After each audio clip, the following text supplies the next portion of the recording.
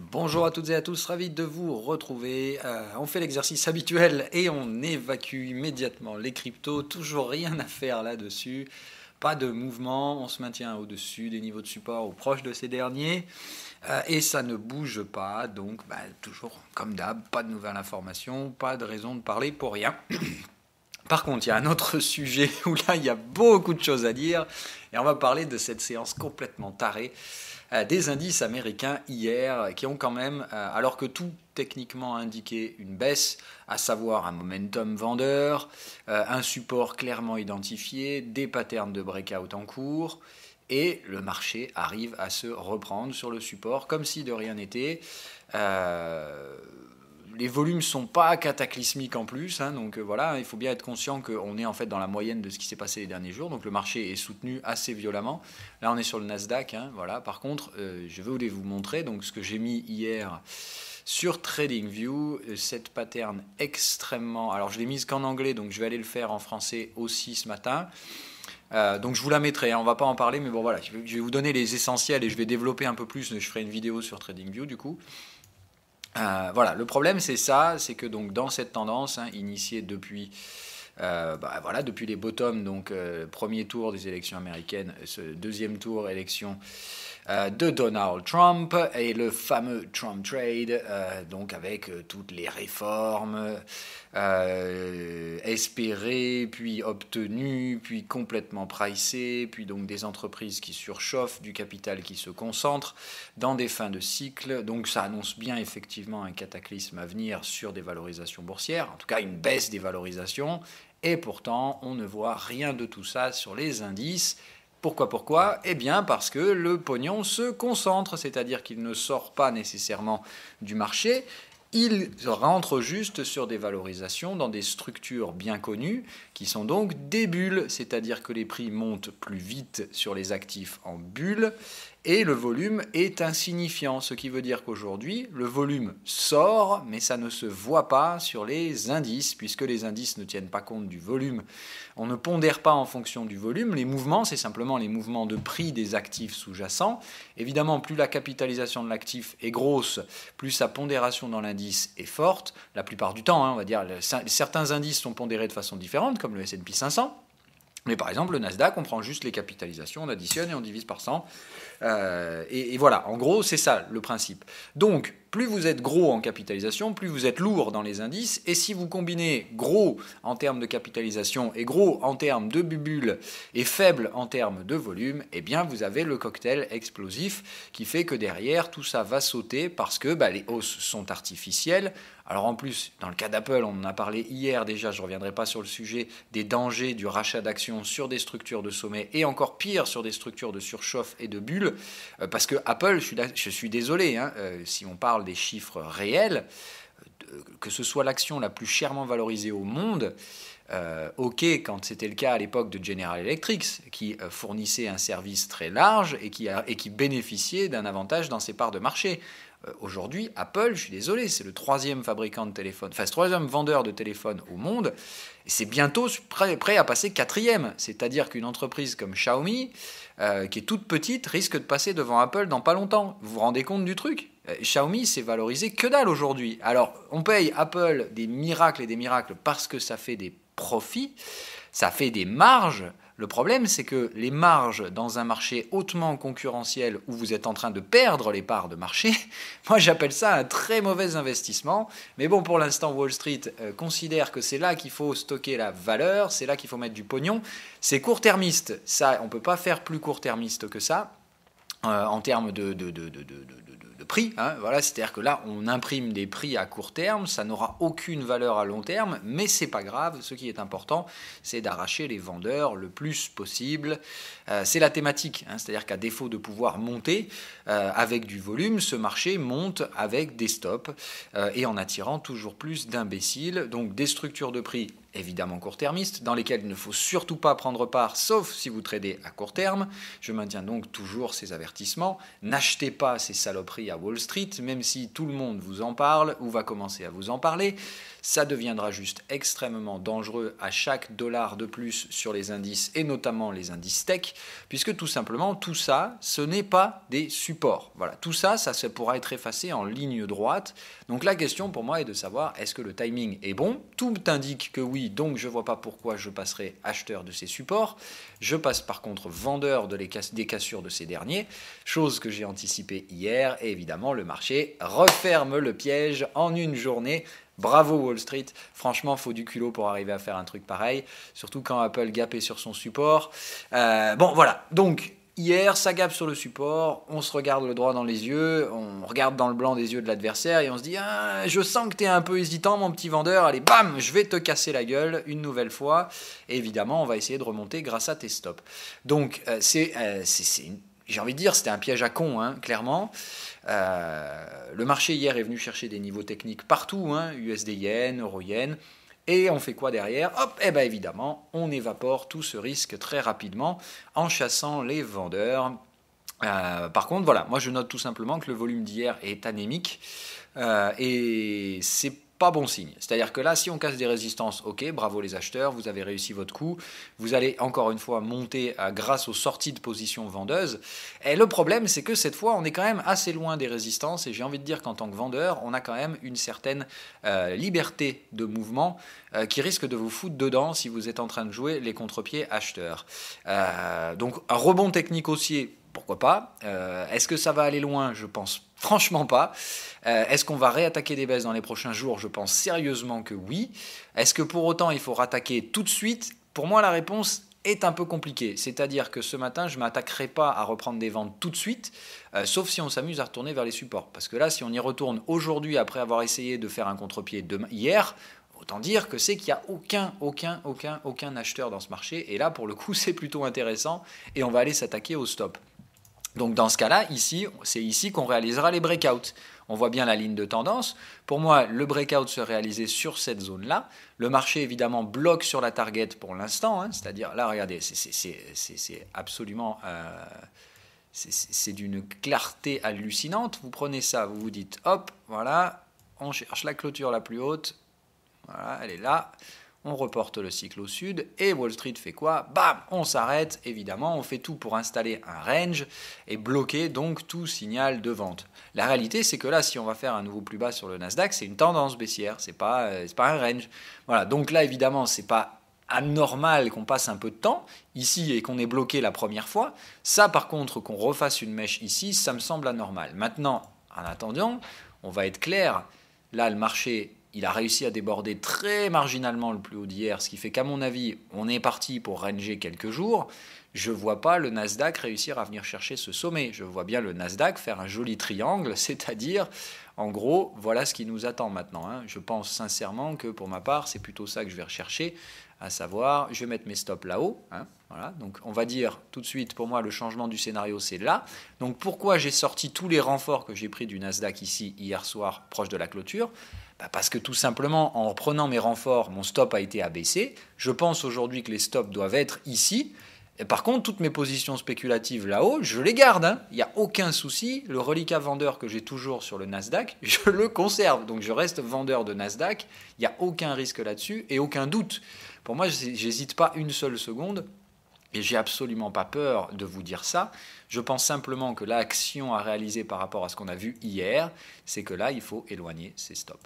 Donc voilà, moi je vais essayer de jouer ça, c'est-à-dire un triangle. Donc je m'attends à ce que le marché remonte pendant les 2-3 prochains jours, ça grappille, on va essayer. Par contre, je m'attends quand même à ce que la fin de semaine soit assez violente, c'est-à-dire on va essayer peut-être de remonter aujourd'hui, demain, et par contre je m'attends à un vendredi assez cataclysmique suite à la BCE, hein, tout simplement. Je pense que les conneries sur l'euro-dollar, ça va être terminé bientôt, tout simplement parce que Mario Draghi va réaffirmer ce qu'il a à dire, qu'on va sortir du QE et que il est peut-être temps de commencer à pricer l'euro pour ce qu'il est.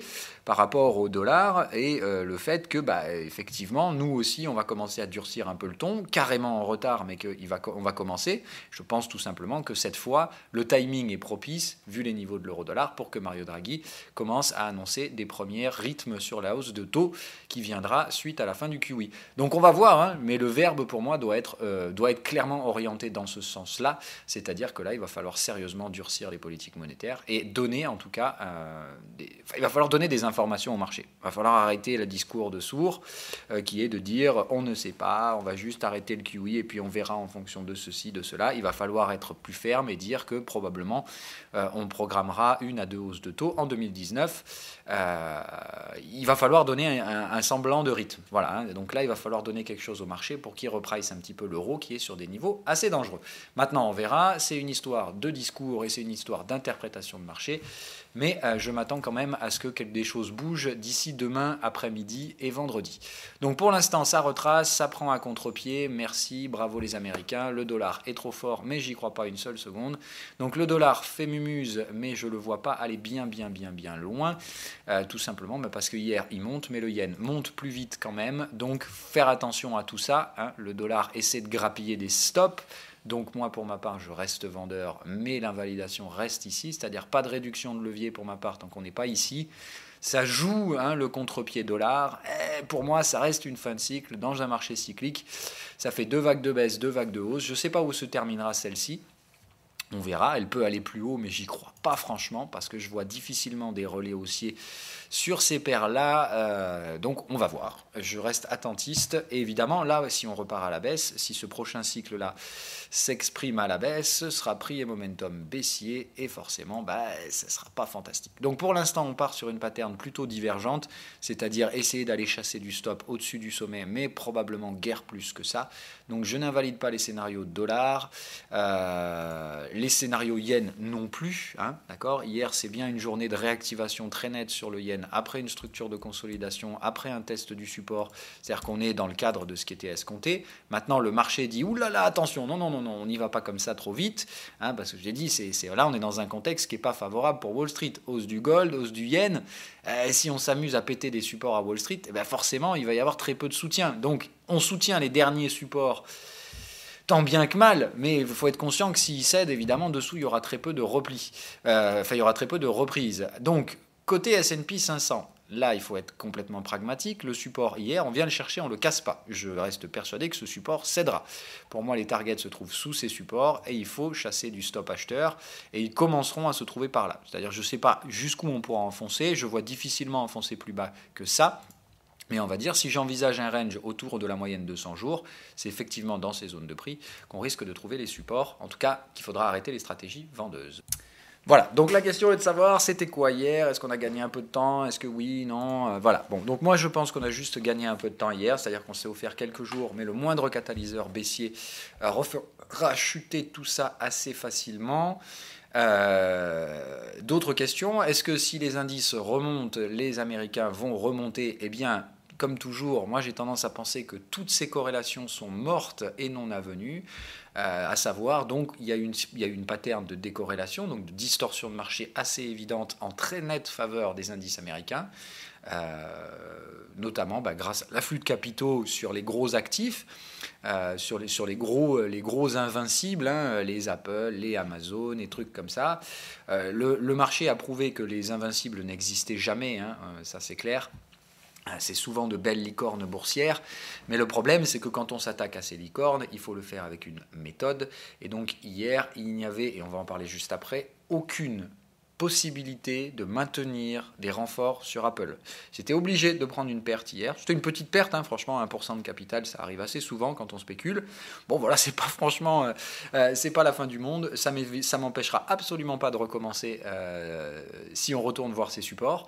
Mais pour l'instant, le marché ne veut pas. Ça veut dire l'information qui est donnée hier, ça ne veut pas dire « Oula, attention, cette action est ultra haussière ». Ça veut dire « Attention, il y a un risque qu'on arrache les vendeurs et qu'on essaie d'aller casser des résistances ». Pour l'instant, ce n'est pas le cas. Mais ça dit surtout, oula, attends mon coco, tu es agressif, un peu trop agressif, je te démonte et après on en reparle. Donc ça c'est typique d'une action d'une part de range dans un premier temps, parce qu'il faut être conscient que ce que j'ai fait hier c'est prendre un risque, j'ai vendu le bas d'un range anticipant la cassure parce que pour moi tout indiquait qu'elle allait arriver. J'ai fait le couillon, hein, j'ai vendu avant la cassure du support, évidemment. Ah ben, c'est le problème, quand tu prends un peu de risque, le marché aujourd'hui te prend direct dans la gueule. C'était téléphoné de toute façon de dire si ça passe pas, forcément on va arracher les vendeurs d'Apple. C'était clair et net, je le voyais venir de loin. C'est-à-dire que hier, toute la hausse du Nasdaq, pour la plupart, vous pouvez lui dire merci à Apple puisque c'est surtout elle qui s'en est chargée. Vous voyez qu'Amazon a quand même clôturé en négatif, Nvidia également. Hein, donc c'est surtout merci Apple qui a donc ouvert à moins 2% pour terminer à plus 1%. Donc bravo la pomme. Il n'y a absolument rien qui permette tout ça si ce n'est des espoirs sur les résultats qui vont être publiés bientôt, hein, puisque donc on espère une nouvelle fois que Apple va surprendre le marché positivement, permettre de franchir de nouvelles résistances sans avoir constitué aucun support comme d'habitude. Mais c'est pas grave, hein. Donc plus ça avance, plus le danger augmente sur ce truc-là, plus la prise de risque est parabolique. Donc je vous inviterai à regarder la vidéo sur la prise de risque parabolique du Nasdaq et la distorsion. Voilà. J'en reviens à ça. Donc la distorsion, elle est nette et on va le faire là-dessus. Je vais ajouter. Donc c'est VXN. Donc le VIX du Nasdaq, hein, le VIX du Nasdaq 100. Voilà. Donc le problème, pour moi, est là. Hein. Donc le fait que ici, il y a un truc qui ne va pas trop dans le schéma. Puisque donc ici, vous voyez bien le pic de volume. Alors voilà, on va dézoomer. Hop. Voilà. Donc le Trump Trade, ok, on est bien d'accord. La fameuse ligne de tendance, tout ça. Alors pardon, par contre on retourne sur le Nasdaq, pas sur le S&P. Voilà. Donc la belle ligne de tendance, on voit bien les positionnements des investisseurs, le positionnement spéculatif, le positionnement en tendance, tous les renforts fin de tendance, c'est-à-dire le volume augmente, les suiveurs de tendance font tout pour maintenir une tendance en vie alors qu'elle est déjà en fin de vie. Hein, c'est le bon vieux classique. Et c'est surtout que ce volume-là, il traduit quoi ? Il traduit une très forte demande qui est complètement hors contexte par rapport au positionnement spéculatif ici et au positionnement tendanciel. Donc là, en fait, ça veut dire quoi ? Ça veut dire que le volume se fait la malle. Ça veut dire que les acheteurs de long terme sont en train de sortir. On échange beaucoup de volume, les prix commencent à freiner et tout le monde pense qu'au contraire, c'est un très fort soutien de Wall Street. Non, c'est que dalle. Ça veut juste dire que les mecs se font la malle, mais que les prix restent haussiers. Donc, c'est-à-dire, c'est ce qu'on appelle une fin de cycle, c'est ce qu'on appelle des vagues 5, c'est-à-dire des vagues où les acheteurs sortent, mais les imbéciles à court terme pensent et soutiennent toujours les tendances, pour une dernière vague, la vague 5, donc pour moi toujours une vague 1, et le problème c'est qu'une vague 1 en termes de volatilité, normalement elle va plus haut que la vague 4 où elle vient dans le même domaine. Ce qui veut dire que quand je vois le VXN qui est là, par rapport à ce qu'il a fait ici en termes de volatilité, ne serait-ce que celui-là de pic, hein, voilà, par rapport au volume qui est exécuté sur les supports, d'accord, donc là on a quand même un volume énorme comparé au positionnement ici. Donc, je dis ça traduit le fait qu'ici il y a des gros investisseurs qui travaillent et les gros investisseurs à mon avis ils ne sont pas du tout en train de soutenir le marché mais plutôt en train de se barrer.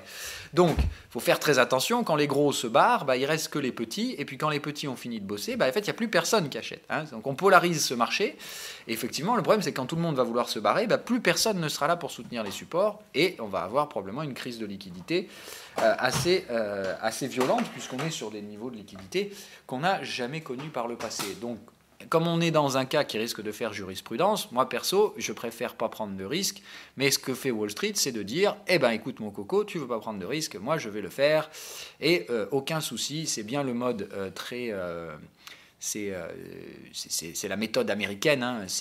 Quand on ne sait pas, on tape fort sur la machine pour espérer qu'elle continue de fonctionner. Donc, la prise de risque parabolique, on voit bien les volumes sont de plus en plus conséquents sur les supports, on atteint des niveaux complètement fous. Je veux dire, là, si vous imaginez le volume qui est exécuté sur le Nasdaq, c'est juste complètement débile. Mais voilà, le problème, c'est ça, c'est que le volume augmente, par contre, la couverture n'augmente pas. C'est-à-dire le prix de la couverture, ici, reste marginalement plus bas que ce qu'il était sur les précédents supports. Ça veut dire quoi? Ça veut dire qu'on prend des risques fous et qu'on ne se couvre pas contre ces risques.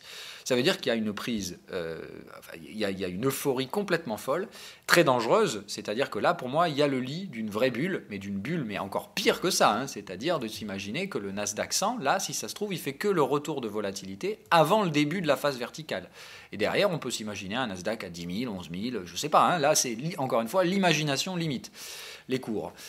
Pattern de TP, hein, donc il n'y a aucun problème à aller franchir ça à la hausse et imaginez donc des targets complètement folles en report des cycles. Donc là, vous pouvez vous dire, on prend le cycle boule, le cycle TP, on s'imagine que le marché va le casser. Bon, bah voilà, hein, ça nous fait quand même des targets assez intéressantes à viser. Alors, on va prendre que les clôtures, mais normalement, c'est les clôtures daily hein, qu'on devrait prendre là. Donc voilà, si on s'imagine ça, hein, ça nous donne une projection vers les 9000, au-delà des 9000 sur le Nasdaq. Donc imaginez-vous que si ce support-là tient, c'est-à-dire si la maraude de court terme fait son job, moi je préfère être franc. Pour moi, toutes les structures de prix indiquent que ça va cracher sur le Nasdaq. C'est pour ça que je short. Maintenant, le marché me dit non.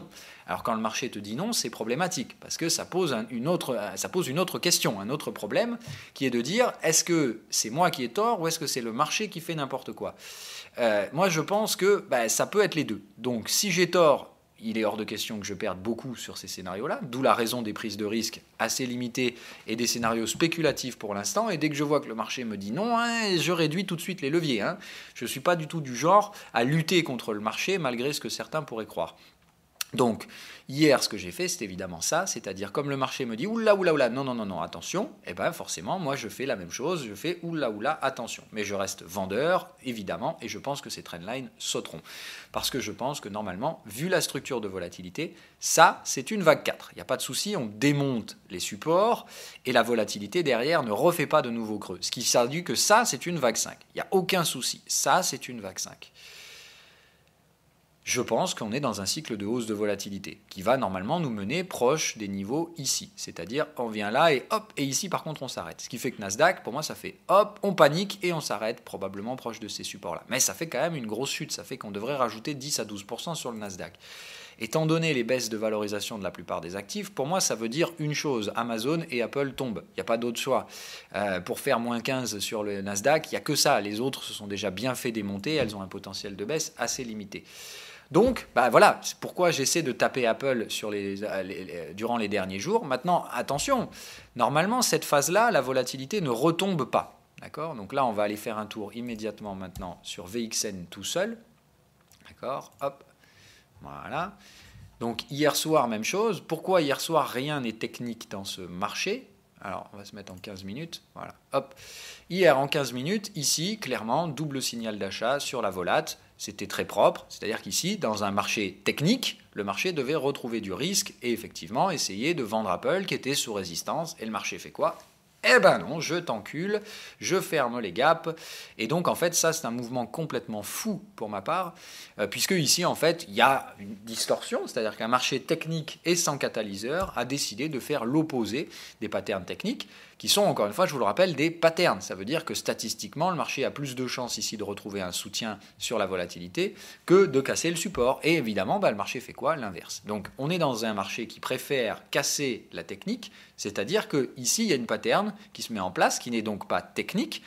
C'est tout simple, c'est ce qu'on appelle un contre-pied, c'est-à-dire un piège. Ici, le marché a piégé et ici, il referme le piège. Ce n'est pas technique, c'est simplement dû à donc, un piège. Voilà. Comme on a piégé les vendeurs, ici, on referme le piège sur eux.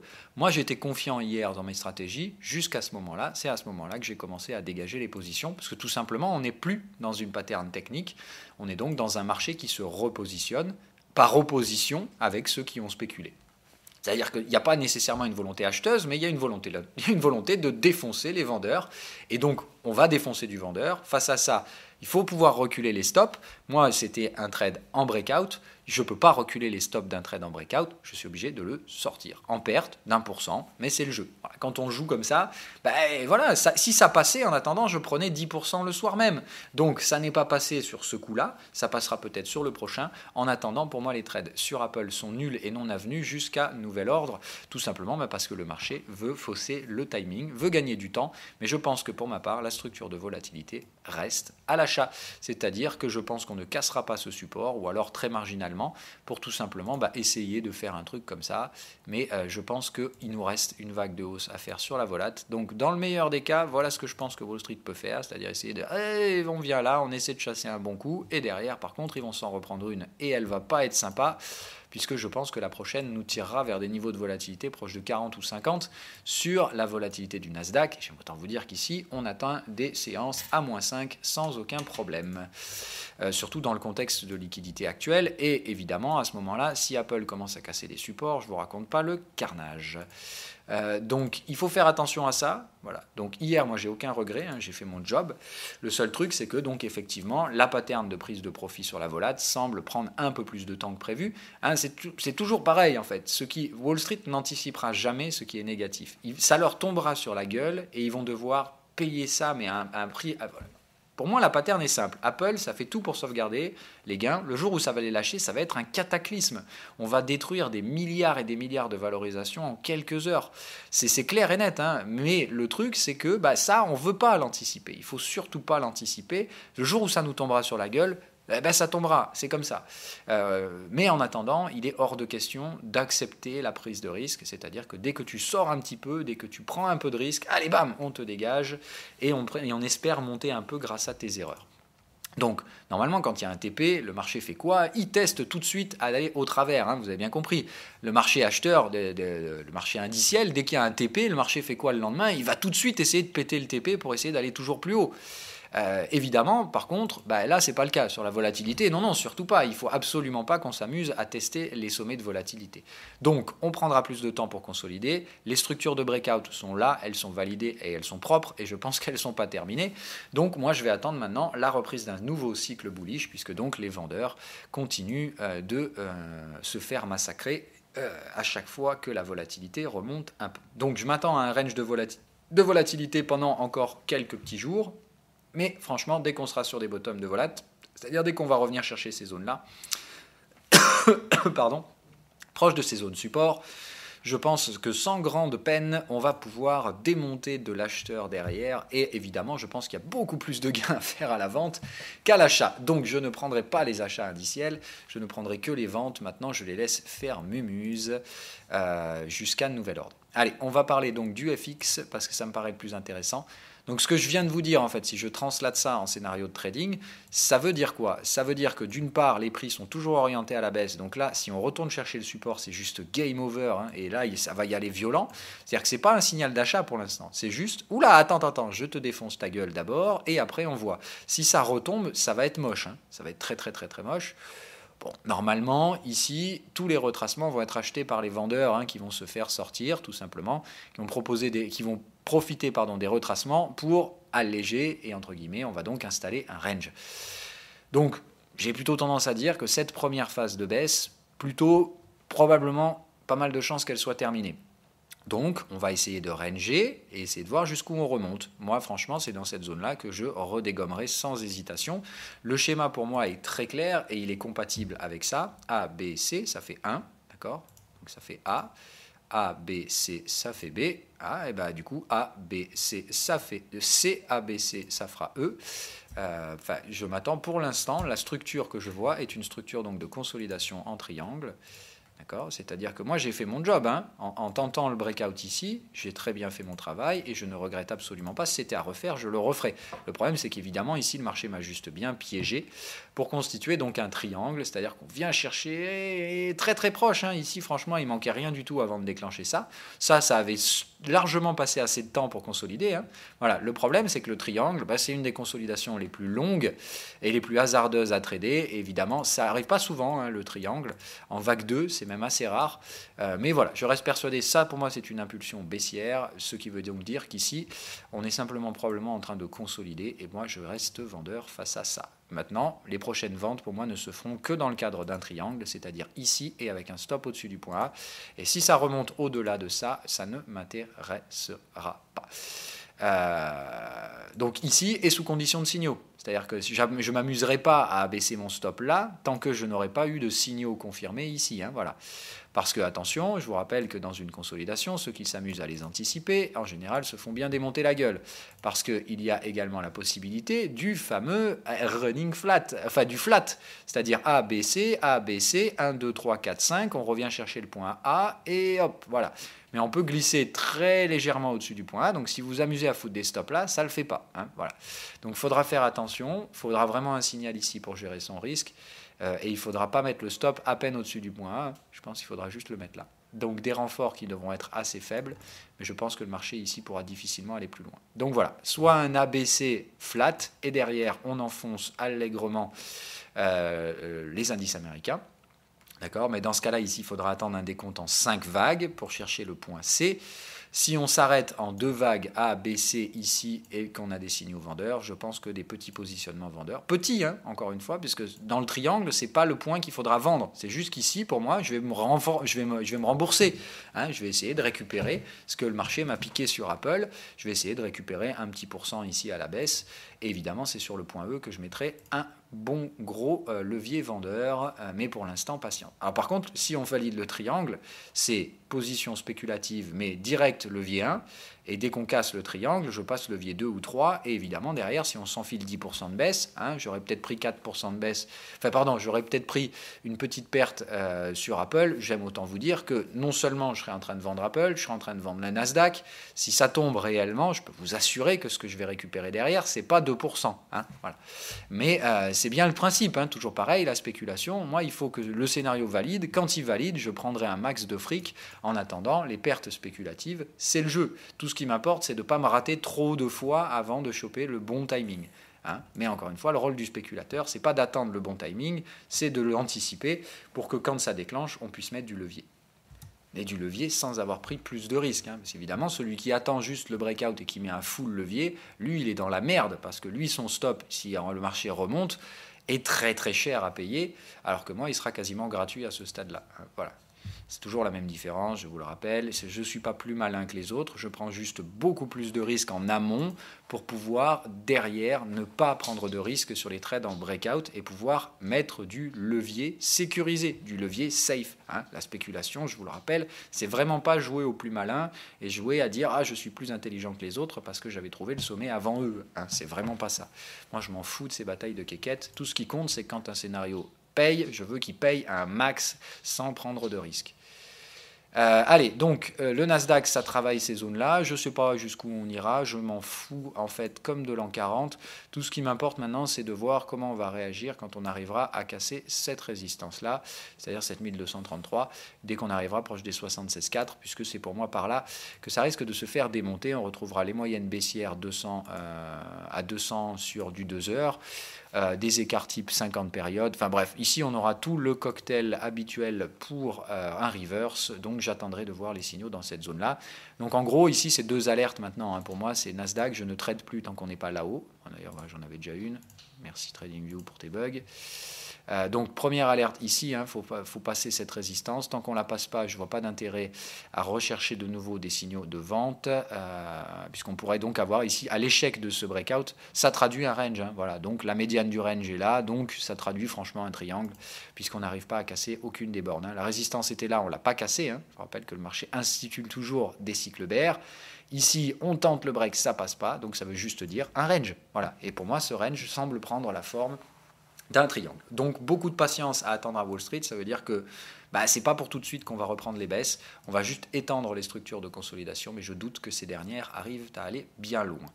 Je ne prends que des ventes dans ce marché, qu'on soit bien d'accord, c'est pas que je m'acharne, c'est pas que je suis stupide, ni que je suis biaisé, c'est pour les raisons que vous connaissez, tout simplement pour moi la structure de prix est extrêmement dangereuse aujourd'hui, et je pense qu'il est du rôle des spéculateurs que de limiter ce marché à la hausse, c'est-à-dire de limiter la hausse, de prendre que des ventes. Donc il est normal aujourd'hui que les spéculateurs cherchent des ventes.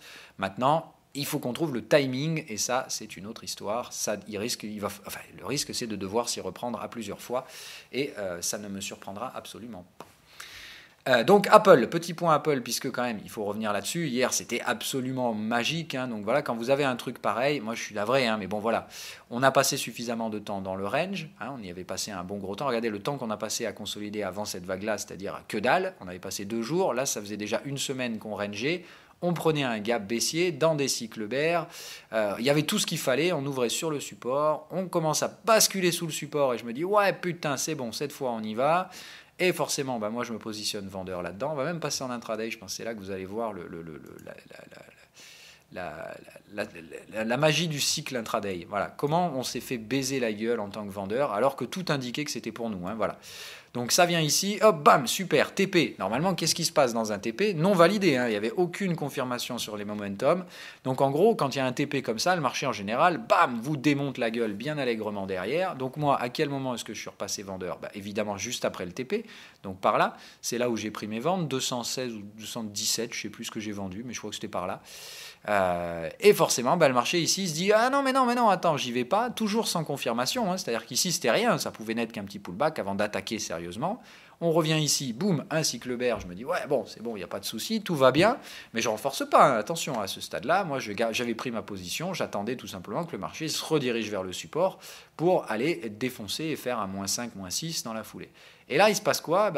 Non, plus rien. On éteint, la liquidité disparaît, le volume s'écrase. C'est-à-dire qu'ici, au lieu de trouver des vendeurs, on trouve quoi? Rien du tout. Voilà. Ici, plus de vendeurs. Et il se passe quoi? Les spéculateurs, les robots, hein, se disent « Wouh, chouette, allez, c'est parti, on y va ». Du coup, on prend le dessus.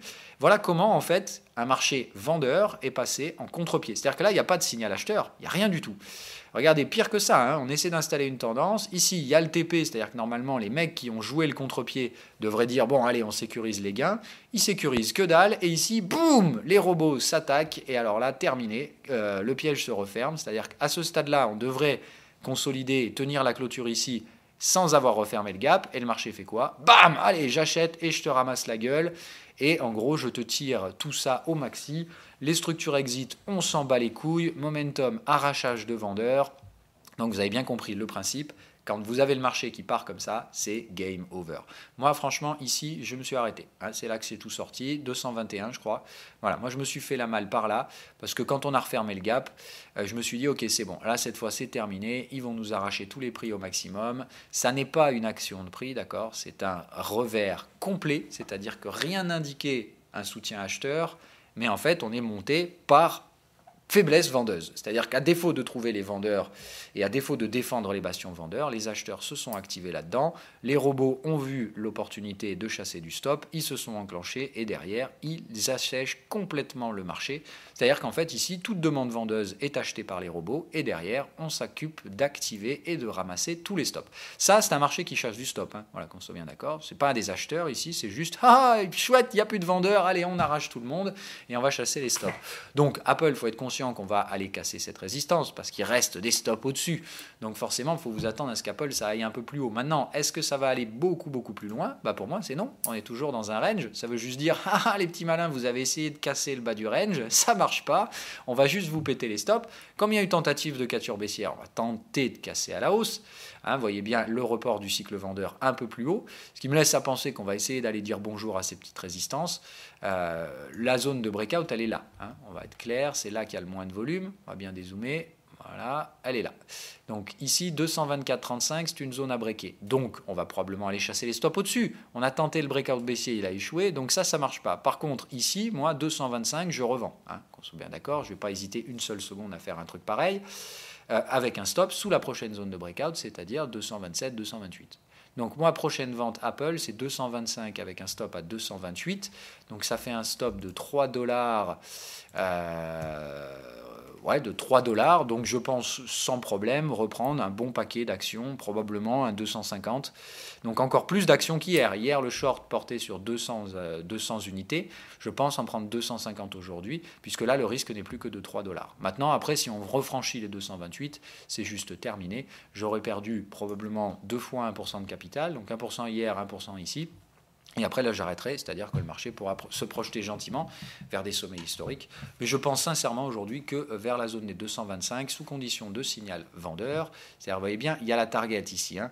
Donc, moi, en 15 minutes aujourd'hui, pardon, en 2 minutes, ça vient me donner des signaux vendeurs par là, bah, je vais les prendre, je ne vais pas hésiter, on est déjà sur des structures exit, tout indique que par là ça va s'arrêter, c'est-à-dire bah, je vais attendre qu'on fasse un dernier cycle bullish, et puis ici les cycles bear, je vais probablement essayer de les prendre. Voilà. Après un exit, le prochain cycle vendeur sera un cycle bear, donc je vais le tenter, c'est clair et net, mais je ne vais pas laisser tomber Apple, hein, c'est hors de question.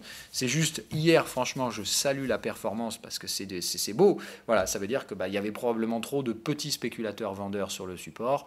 Le marché voit ça comme une opportunité et lance le contre-pied. C'est-à-dire qu'hier, vraiment, c'est Apple qui a permis le contre-pied acheteur sur les indices. Et évidemment, derrière, comme Apple achète, ça fait acheter toutes les gestions passives qui, comme le benchmark monte, on achète tout ce qui peut aller avec. Hier, voilà, ça a acheté un peu tout et n'importe quoi. Mais vous voyez que par exemple, les Amazon sont restés orientés à la baisse, les Nvidia également. Hein, voilà. Donc il faut faire assez attention à tout ça. Ça me paraît vraiment piquant, extrêmement piquant. Surtout que voilà, par exemple, vous voyez hier des Boeing, Twitter, Amazon, Nvidia, tout ça, c'est très orienté toujours à la baisse et les clôtures restent baissières. General Electric, qui est une valeur plutôt refuge, se prend une belle clôture hier. Hein. Voilà. C'est toujours pareil, hein. Il ne faut pas vous méprendre, la journée d'hier est une très bonne journée pour moi. Le yen est resté à la hausse, donc moi, toutes les paires en yen, j'ai encaissé des gains, mais quoi qu'il en soit, je garde les positions spéculatives derrière, donc ça a été un très beau gain. Le compte hier a très largement avancé, hein. Ça a été une très bonne journée, c'est juste que ça aurait pu être une excellente journée, et que ça fait toujours un peu chier quand une excellente journée vous prend à contre-pied. Pour des raisons un peu faux-folles, quoi. Donc bon, Apple est soutenu par le marché, c'est donc magique, bravo, les acheteurs. Franchement, hein, moi j'applaudis. Je suis surpris de voir l'extrême résilience qu'il y a par rapport à une valeur qui... Mais la fin sera dramatique sur Apple, hein, c'est-à-dire que plus la résilience est forte, plus malheureusement la déception qui suivra sera brutale. C'est de toute façon ce que laisse sous-entendre le schéma de rachat d'actions sur des sommets. Hein. C'est clair et net. Ça assèche complètement la liquidité, ça finira par blesser la valeur au bout d'un moment. Pour l'instant, la confiance est toujours là, les imbéciles achètent toujours, je les laisse faire, il n'y a pas de problème, mais ils impriment des prix qui n'ont aucune valeur. Quand on retracera tout ça sur Apple, ça se fera sans aucun support. C'est-à-dire que tout ça, là, tout ça, ce sera effacé en une seule vague. C'est-à-dire que la prochaine fois qu'on va faire une vague baissière, ça ne semble pas être le cas aujourd'hui, puisque là, on est momentum vendeur, cycle acheteur, et vous voyez bien que le marché profite toujours à ce qui est acheteur. Donc on va voir si on doit finir la tendance ici, c'est-à-dire si ce break est un vrai break et qu'il y a bien encore installation de tendance, il faut laisser faire une nouvelle vague de hausse, attendre la vague de baisse. La vague de baisse effacera tout ça. Hein, tout ça, ce sera fait en ligne droite. Il n'y a aucun risque. Hein, le jour où ça passera, c'est comme ça. Hein, voilà. Donc, c'est-à-dire qu'ici, il faudra bien imaginer la structure parabolique. Ça va commencer doucement. On va grignoter les supports. Et puis, bam, il n'y aura plus aucun acheteur et on va tout effacer. Donc, soyez patients. Pour moi, les supports Apple se trouvent à 140. Donc, on est à 220. C'est très intéressant de vendre. Maintenant, si ça ne vend pas et que ça décide de monter à 270, 280 avant, c'est pas grave. Ça ne fera que plus de gains à espérer derrière. Encore une fois, calculez. Voilà. Si on doit monter à 260, je vais probablement pouvoir récupérer encore plus d'actions. Donc, il faut dire que j'aurai probablement 300 à 400 actions vendeuses d'Apple en portefeuille dans le cycle vendeur et on risque de perdre $100 par action, 120. Donc vous faites le calcul, effectivement, je vous ai dit, Apple, moi le jour où elle va tomber, j'ai aucun risque à le dire, je l'ai déjà plus ou moins pricé, c'est probablement un trade qui va me rapporter 30 à 40 000 euros. Il n'y a aucun problème. Donc, j'ai aucun souci à lâcher 1 000 euros par-ci, par-là quand je viens tester, d'essayer de récupérer ce marché. Voilà.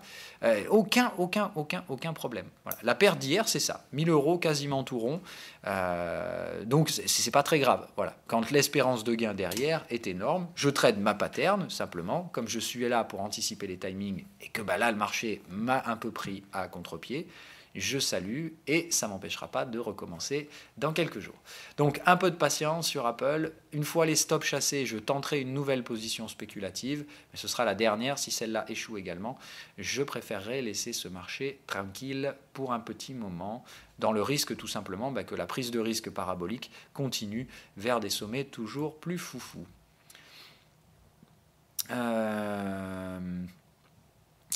Qu'est-ce que j'ai... Ah oui, Forex. Voilà, donc l'euro-dollar, évidemment, comme le dollar est trop fort, puisque, évidemment, nos potes américains sont invincibles, l'euro-dollar casse son support. C'est la valeur refuge par excellence. Par contre, attention, on a bien Mario Draghi qui arrive. On va se mettre en daily, parce que la 2 heures, ça me paraît quand même un peu tiré par les cheveux. Je pense toujours que nous sommes en train de créer une structure épaule-tête-épaule, c'est-à-dire hop, hop. Et ici, normalement, on est supposé trouver le support. Donc, je ne pense pas que ce soit pour l'instant encore un marché vendeur. Bon, pour l'instant, on casse les 50%. Il faut être pragmatique, prix et momentum baissier. Bon, le marché reste cyclique, c'est-à-dire pour l'instant ça ne prend pas la forme de range, ça prend pas la forme d'un breakout, on va voir. En tout cas, moi si on doit se diriger réellement vers les supports et aller beaucoup plus bas que ça, là il faudra revoir les scénarios sur l'euro-dollar. Je pense tout simplement que là le marché essaye de mettre la pression un petit peu avant Mario Draghi. Je conserve donc pour l'instant ces positions spéculatives. Je ne revois pas le levier ici à la baisse, c'est-à-dire que je ne réduirai pas le levier spéculatif tant que le marché ne vient pas chercher ces zones support. Et tout dépend comment il va venir les chercher. Pour l'instant, c'est divergent et on est en probable fin de cycle. Donc là, il faut que les vendeurs continuent. Ça fait combien ? 1, 2, 3, 4, 5, 6, 7, c'est la 8e journée de baisse. Généralement, un cycle vendeur, dans ces cas-là, c'est entre 7 et 10 jours. Donc là, ça veut dire qu'on est bien dans la marge où on risque de trouver le bottom. Donc là, les vendeurs sont en fin de cycle. C'est confirmé par Sinewave. Alors, on va même aller voir. Hop, combien il nous dit Sinewave ici? Alors, voilà, c'est là qu'il faut regarder. Alors, même moi, j'ai du mal à voir avec le reflet. Voilà, on est à 16. Voilà, donc 16, donc il nous dit, en général 16, ça veut dire vous divisez par... alors, l'astuce que je vous donne, d'accord, quand vous êtes dans des cycles et qu'il y a une tendance sur les prix et un momentum vendeur, généralement, ça veut dire que là, un cycle dure en moyenne 16 bougies. Un cycle acheteur plus vendeur. Et généralement, quand vous avez prix et momentum baissier, ce ratio est faussé et ça fait 2 tiers, 1 tiers. Ça fait 2 tiers dans le sens du momentum, 1 tiers dans le sens de correctif. D'accord ? Donc vous dites 2 tiers de 16, ça nous fait à peu près effectivement une dizaine, une 10, 11 bougies à la baisse, ce qui veut dire que là, à 8 jours, il nous resterait 2 à 3 jours de baisse avant de trouver un euro-dollar haussier. Et comme on a le catalyseur Draghi qui arrive, je pense sincèrement que c'est lui qui va terminer ce cycle. Donc on va voir si j'ai raison ou non. Pour l'instant, l'euro-dollar est un scénario qui reste en place. L'euro-yen, je reste vendeur là-dessus, il n'y a pas de souci. Je pense qu'on est effectivement vers les phases d'accélération, toujours malheureusement à cause de l'euro et pas à cause du yen. Mais au bout d'un moment, ces tendances, je pense, vont s'inverser. Il faut tout simplement que l'euro-dollar trouve son bottom. Voilà. Tant que l'euro-dollar ne trouve pas son bottom ici, on ne peut pas valider la structure avec le point B ici. Et malheureusement, dans ce cas-là, on est toujours bloqué face à ce marché, c'est-à-dire dans l'incertitude de la structure corrective qui retournera à terme, et je le maintiens, l'euro dans un cycle haussier. Je reste persuadé de ça. Pour l'instant, pour moi, ce marché est en consolidation avant de reprendre un cycle haussier d'appréciation de l'euro face au dollar. La tendance dominante, c'est bien celle-là. C'est celle d'un retracement pour revenir chercher la zone des 1,30, 1,35. Et je pense qu'on finira par y aller. C'est-à-dire, c'est le mouvement de long terme. Le problème, c'est avant d'aller là, la structure, c'est comment on gère son risque pour se projeter vers ses targets. Pour moi, évidemment, la projection se fait de cette façon-là, à savoir le marché fait une structure de creux type épaule, tête, épaule. Si ce n'est pas ça la structure, je laisserai le marché aller chercher des retracements plus profonds. Qu'est-ce qu'il y a d'autre qui a bougé hier? Alors oui, donc les renforts pris sur AUD/NZD. Hop, voilà. Donc puisque en daily, effectivement, on réalise les avalements haussiers, donc dans un momentum acheteur et les cycles sont acheteurs, on a bien ici un beau double signal d'achat. Donc il faut le prendre, hein, voilà. Je pense qu'il ne faut pas hésiter à le faire. Donc ça a été validé hier. Hein. Donc le cycle bullish est bien confirmé. La structure est assez faible, c'est-à-dire que c'est un signal par oscillateur. Donc il ne faut pas non plus être super confiant parce qu'il faut garder donc un stop assez loin. Mais je prends ce trade sans la moindre hésitation. Donc c'est fait. Voilà, je remets les structures en breakout. Donc je repasse à 4 sur 5 ici. Hein. Voilà, je remets du levier sur ce marché. Pas de passage à 5 sur 5 tant qu'on ne va pas réaliser les breakouts des 1,09. C'est-à-dire qu'on va probablement revenir ici, créer une petite résistance et c'est le débordement de la résistance. Je vous rappelle qu'un breakout, on ne le prend pas sur une première intention. Voilà, donc je m'attends ici normalement à ce que le marché grind, doucement, revienne chercher l'oblique baissière. Ici, très probablement de la demande vendeuse à espérer. Un petit pullback pour la gérer son risque. Et derrière, le trade en breakout qui devrait donc se faire ici. Mais donc attention à ne pas prendre le trade en breakout sur la première intention. Si vous arrivez ici et que vous vous dites « Allez, c'est parti, full levier », non, ça risque d'être punchy. Ça risque de pullbacker un tout petit peu d'abord. Donc ici, pour ceux qui veulent faire un TP, si vous voulez, moi je pense qu'ici je ferai que dalle, c'est-à-dire que je laisserai le marché intégralement avec mon levier, ou alors peut-être une prise de profit 10-15%, mais rien de plus que ça. Gold, alors oui, voilà, donc évidemment le marché reflue hier, c'est normal, on était sur les niveaux de breakout et le marché fait quoi? Eh ben non, voilà, comme il faut éteindre le risque à court terme, la pattern de TP se déclenche et se confirme, c'est-à-dire que le marché fait une mèche haute, voilà, bon. C'est quoi ce merdier? Le principe est simple, c'est vraiment de dire non, il ne faut absolument pas, il n'y a pas de risque, le dollar est trop fort. Cependant, moi je vois ce cinéma martelé depuis des mois dans le marché. J'ai tendance à penser qu'au bout d'un moment, la prise de risque qui est associée à ça est juste complètement folle.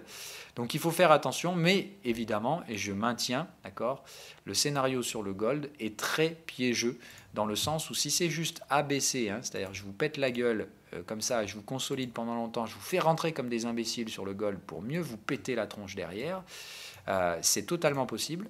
Dans ce cas-là, la prochaine vague va être extrêmement brutale, tout simplement parce que le marché va aller racler tous les stops. Donc le gold, il faut faire très attention. Moi, ça me semble extrêmement brûlant.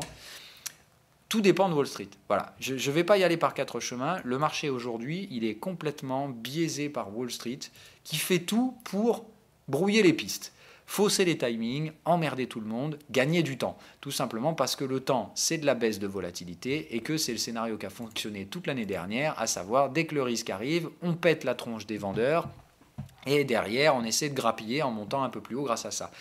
C'est encore une fois, ce sont des schémas court-termistes, de très court terme, sur des zones où malheureusement il faudrait avoir une vision long terme. Donc c'est pas grave, cette bataille court terme, long terme, elle se met en place, mais elle va amener de la volatilité. C'est clair et net. La volatilité, elle va arriver. Elle s'exprimera à la hausse ou à la baisse. Il y a évidemment, comme on est en fin de cycle, beaucoup plus de chances que ça s'exprime à la baisse, d'où la raison de mes trades, mais il ne faudra pas avoir peur, si ça s'exprime à la hausse, de laisser les gains et de partir. Il faudra sortir du marché. Si le marché part dans une prise de risque parabolique, c'est qu'on aura la plus grosse bulle jamais créée, et je vous invite encore une fois toujours à rationaliser votre trading. Le marché pourra vous prouver que vous ne pouvez pas mettre de levier tant que le marché n'a pas prouvé que vous aviez raison. Parce que tant qu'il ne vous montre pas que vous avez raison, il peut vous prouver que vous avez tort, et il ne faut surtout pas que l'erreur vous coûte cher, plus que 2-3%. C'est une paire spéculative, c'est ça, pas plus, jamais. Donc faites juste en sorte de respecter cette règle-là, et dites-vous bien que pour l'instant, Wall Street ne valide rien du tout. Le gold, ça pourrait être haussier, mais non. Hier, ça passe pas. On échoue sur le retracement 38%. Évidemment, le marché voit ça comme une opportunité pour péter la tronche aux petits vilains spéculateurs qui veulent voir chuter Wall Street, parce que Wall Street est invincible, mais c'est surtout Apple qui l'est, et en fait, elle ne l'est pas. Donc tout est artificiel. Soyez conscients de ça. Donc, le problème de ça, c'est comment vous luttez. Parce qu'évidemment, quand vous prenez le marché en mode artificiel, c'est-à-dire qu'on rentre en lutte avec le marché monte et vous pensez qu'il va baisser. C'est bien. Ça veut dire que vous êtes en contradiction avec le marché. C'est un trading contrarien, certes, c'est un trading anticipatif qui pourra être très rémunérateur, mais évidemment, il ne faut pas faire ça n'importe comment. On n'est pas là pour jouer les justiciers. Quoi qu'il arrive, le marché prendra sa décision. S'il prend trop de risques et qu'il va trop loin, la chute sera brutale. Et évidemment, seuls ceux qui l'auront anticipé pourront prendre des bénéfices là-dessus. Mais là, je vous laisse imaginer. Si aujourd'hui, le marché dit « Ok, super, maintenant, risk off. On efface tout le gold. On fait un avalement baissier aujourd'hui. » Et derrière, évidemment, il va se passer quoi? Tout le monde va se barrer du gold, on va revenir dire bonjour au support, et si ici, il décide en plus de casser le support, Wall Street ira casser des résistances. Vous pouvez être certain. Voilà. Donc, il faut faire très, très attention. Pour moi, les structures sont très, très, très, très, très piégeuses, extrêmement piégeuses. Tout simplement parce que Wall Street veut maintenir la pression, veut maintenir la tension, et on fait tout pour que, quoi qu'il arrive, il y ait un doute raisonnable. C'est ça, je pense, en fait, le thème à Wall Street. C'est pas de dire non, on achète à tout prix. Non, non, moi je sens l'indécision, c'est les acheteurs aussi. Le seul truc, c'est qu'on se dit il faut qu'il y ait un doute raisonnable parce qu'il ne faut pas que les vendeurs prennent confiance. Si les vendeurs prennent confiance, c'est panique à bord et on est dans la merde. Donc, il faut juste, quand on vient chercher les supports, empêcher la cassure des supports. On n'arrive plus à franchir les résistances non plus. Mais pour l'instant, il ne faut pas casser les supports. Voilà. C'est vraiment ça l'objectif et le leitmotiv de Wall Street, qui est un leitmotiv extrêmement dangereux. Je préfère être franc là-dessus. Mais pour l'instant, c'est la thématique. Voilà. Surtout pas laisser les supports céder, parce que si on fait ça, évidemment, on donne raison aux vendeurs, et là, c'est l'enfer, quoi. Donc faire attention, ce breakout non validé, des patterns de TP, c'est pas bon signe, surtout si on s'amuse à venir chercher les bottoms sur le gold. Et j'ai toutes les raisons de penser qu'évidemment, c'est le thème de la journée et le thème de l'après-midi à Wall Street, de dire allez, allons péter les supports du gold pour emmerder tout le monde. Donc faire attention, moi je ressors évidemment tous les renforts qui ont été pris sur le gold, parce que je sens venir la baise et que j'ai pas du tout envie de faire partie de ceux qui vont se faire attraper dans ces stupidités. Donc je réduis les leviers tant qu'on ne retourne pas chercher le sommet. D'accord, donc tous les renforts qui ont été pris sur le support et en cassure, hier je sors tout ce merdier, c'est en gain, léger gain, mais immédiatement je vois Wall Street qui veut me chasser les stops, je ne leur laisse absolument pas l'opportunité de le faire. Hop, pardon, petit coup de fil. Donc, je réitère encore une fois la stratégie, qu'on soit bien d'accord. Je ne fais pas de trading de court terme, ce qui fait que pour l'instant, c'est le court terme qui drive le marché. Donc, pour l'instant, évidemment, j'enchaîne des petites pertes spéculatives, mais n'empêche que vous voyez que dès que le risque se manifeste, c'est-à-dire dès que le marché relâche ses gains, voilà ce qui se passe. Est-ce que vous préférez trader ça ? Ou est-ce que vous préférez trader ça ? Pour moi, c'est clair, je préfère trader ça, même si pour ça, il faut avoir la patience pendant 5 mois. Parce que je pense que quoi qu'il arrive, on est en train de trader long terme contre court terme. Le court terme fait tout pour maintenir, c'est-à-dire que c'est eux qui ont raison le plus souvent à court terme. C'est moi qui aurai raison de toute façon à la fin. Donc la question, elle est de savoir quel camp vous choisissez. Si vous choisissez le camp de court terme, il n'y a aucun problème. Vous aurez probablement beaucoup plus raison que moi. Par contre, vos gains seront minimes parce que tout simplement, pour moi, l'espérance à retour de gains sur les 6 prochains mois est baissière. Voilà. Donc, je pense que là, on atteindra des prix beaucoup plus bas dans les 6 prochains mois. Donc, je cherche des ventes, tout simplement, pour ces raisons-là. Je les cherche sur certains secteurs, avec une gestion du risque, et ainsi de suite. Maintenant, si vous faites du trading court terme, vous avez bien compris la thématique. Tout va bien, n'ayez pas peur, le marché ne baissera jamais. On sera toujours là pour soutenir les supports, puisqu'à chaque fois qu'on vient les chercher, on matraque les vendeurs et on fait le sale boulot pour vous. C'est juste ça, voilà. Donc attention, les contre-pieds ne veulent pas dire que le marché est haussier, ça veut juste dire que le timing vendeur n'est pas bon. C'est deux choses qui sont complètement différentes. Et voilà, je vais juste vous donner cette trendline parce que je pense que c'est ça qu'on va viser après. Alors pas celle-là, mais celle-là. Voilà, celle qu'on avait débordée après. Voilà, je pense que c'est ça la target. C'est donc de dire, voilà, bon, on va affiner un peu, mais théoriquement, voilà, c'est vraiment un truc comme ça. Je pense que c'est ça qu'on va viser sur le Nasdaq. Et je vous laisse apprécier la baisse. Ça laisse encore un bon ça. Et puis honnêtement, je ne vois pas pourquoi ici, on n'irait pas chasser les stops sur la zone de faible volume. C'est-à-dire ici, dire bonjour à nos potes, les 6100, voire les 6000, histoire de matraquer un peu du monde. Donc, que le range ici dure plus longtemps, qu'on forme un triangle avant d'y aller, nos problèmes. Moi, je suis pas fermé à cette suggestion-là. Ça me choque pas plus que ça. Maintenant, si on retourne chercher le bottom et qu'on le casse, c'est game over. Voilà. Donc, je vous dis, autant c'était juste un faux départ hier pour mieux y aller aujourd'hui ou demain. Donc, il faut faire très très attention avec ça. La cassure baissière du Nasdaq, c'est l'effondrement du dollar. Ça, vous pouvez être sûr. En tout cas, c'est le moment où le dollar donnera les signaux de vente. Donc la question, c'est de savoir combien de temps le dollar va donc pouvoir prendre le pas sur les autres devises avant de se prendre une méga tartasse dans la tronche. Ça, c'est du trading de court terme. Encore une fois, c'est des gens qui suivent des tendances à court terme et qui suivent le momentum. Ce n'est pas du trading de cycle, c'est du trading de momentum. Donc, on suit tant que ça marche. Le problème, c'est que cette dynamique-là a de fortes chances de s'inverser et que moi, je préfère jouer l'inversion et le début de la prochaine tendance plutôt que de jouer la fin de la tendance en cours. Mais évidemment, c'est ça qui fonctionne pour l'instant, vous avez bien compris. On prend le cerveau, on le pose, et on ne réfléchit surtout pas au scénario de long terme. Il faut juste soutenir et entretenir les mécaniques de court terme. C'est ce qui, pour l'instant, fonctionne le mieux en termes de stratégie de trading. Mais attention, les vrais gains à faible risque, ce ne sont pas ceux-là. Le faible risque, ce n'est pas de poser son cerveau et de suivre le marché, parce que là, vous prenez un risque conséquent. Donc, si vous le faites, c'est bien, vous allez réussir souvent. Par contre, il ne faut pas mettre de levier, parce que le jour où ça ne va pas passer, là, pour le coup, si vous oubliez de prendre le stop, il va vous coûter très cher. C'est-à-dire que là, le mec qui joue ça sur l'euro-dollar, si le marché se reverse, ça, c'est un point bas majeur et on n'y reviendra jamais. C'est-à-dire que là, ces prix-là, si on repart à la hausse, c'est terminé, on ne les reverra plus avant des années. Donc il faut faire très attention à trader des zones de prix qui ne seront pas revisitées. C'est ça, moi, le danger dans lequel j'espère que vous ne rentrerez pas. Parce que ces stratégies court-termistes, si vous ne gérez pas bien votre risque dedans, c'est des coupes-gorges. C'est des vrais coupes-gorges. C'est des trucs où le marché ne veut pas y aller, mais quand il va falloir le faire, ça va se faire généralement avec fracas. Et donc là, pour l'instant, tout va bien.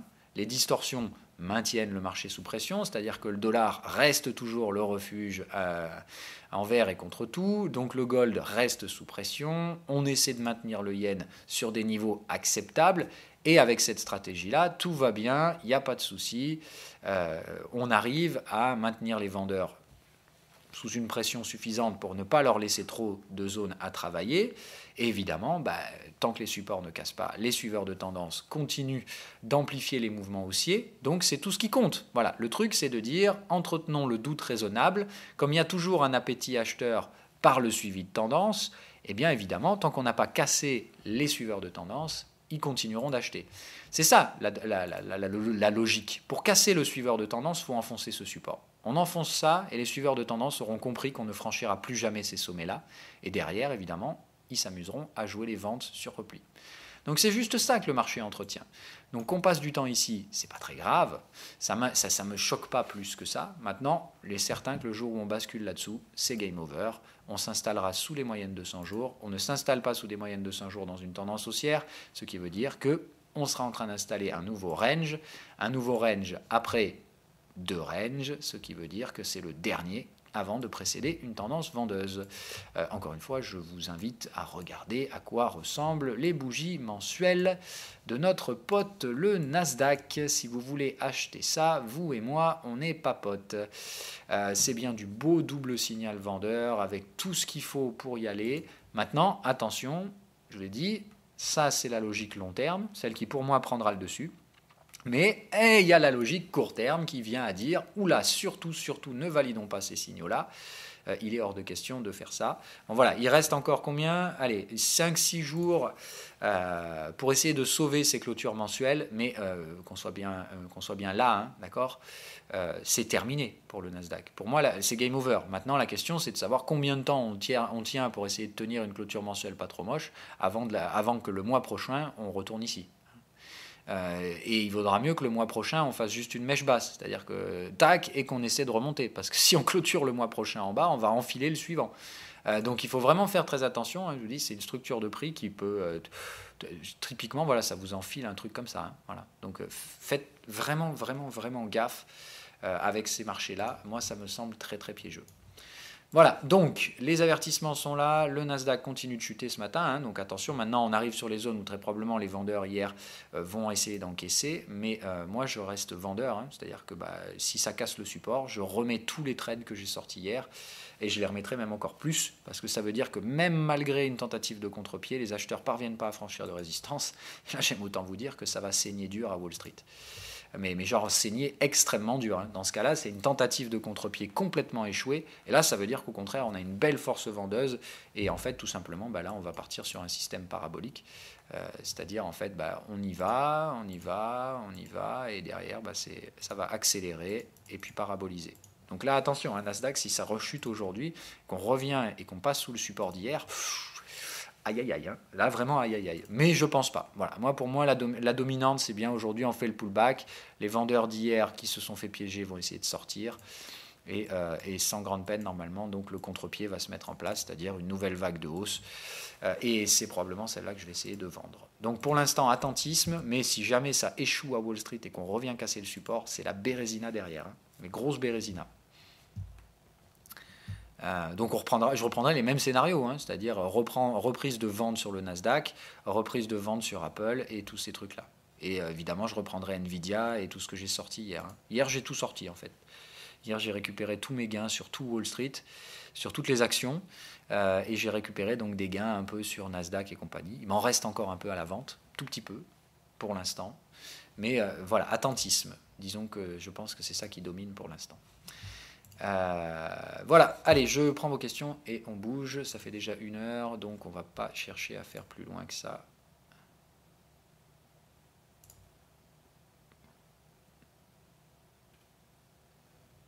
Ok.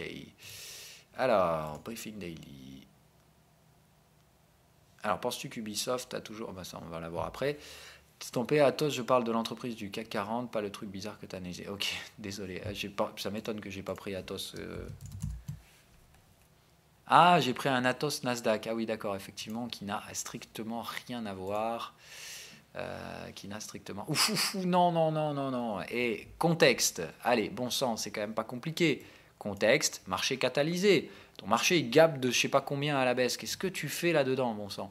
C'est un marché qui est catalysé, qui est émotionnel. Tu ne touches pas. Un marché émotionnel, par définition, n'est pas technique. L'avantage stratégique que te proposent les indicateurs est un avantage technique.